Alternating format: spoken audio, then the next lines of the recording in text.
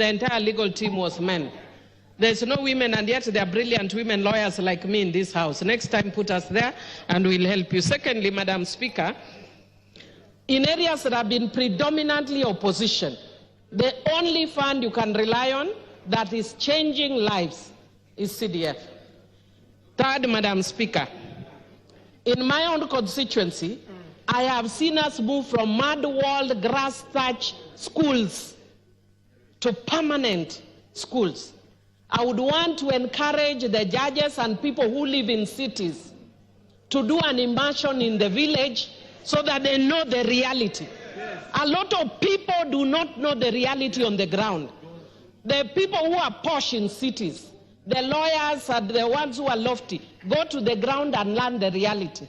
Madam Speaker, I would also want to say that in relation to the law, our judges, especially Supreme Court, have been very liberal and progressive in interpretation of the Constitution. That is why they even interpreted the Constitution to include gay rights. But when it comes to development, then they start telling you, Montesquieu, separation of powers. I have no problem with separation of powers as espoused by Montesquieu many years back. But Montesquieu does not come from my village, Kolo, in Rusinga Island. He does not know what people go through. That is a very good concept, but something good is finally coming out of Africa, which is the issue of NGCDF. Development. And Madam Speaker, I was just discussing with Honorable Tiende Amolo that we must be brave as lawyers.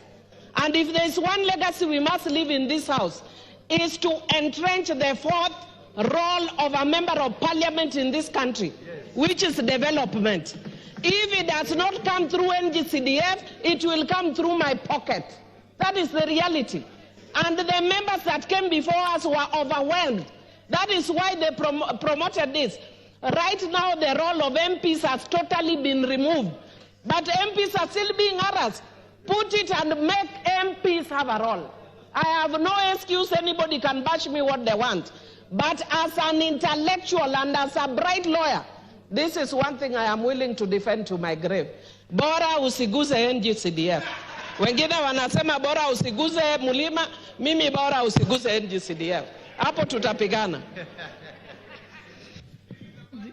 The Honorable Member for South Mugirango, Honorable Sylvanus Osoro. Thank you very much, Honorable Speaker. Honorable Speaker, I also want to associate myself with the sentiment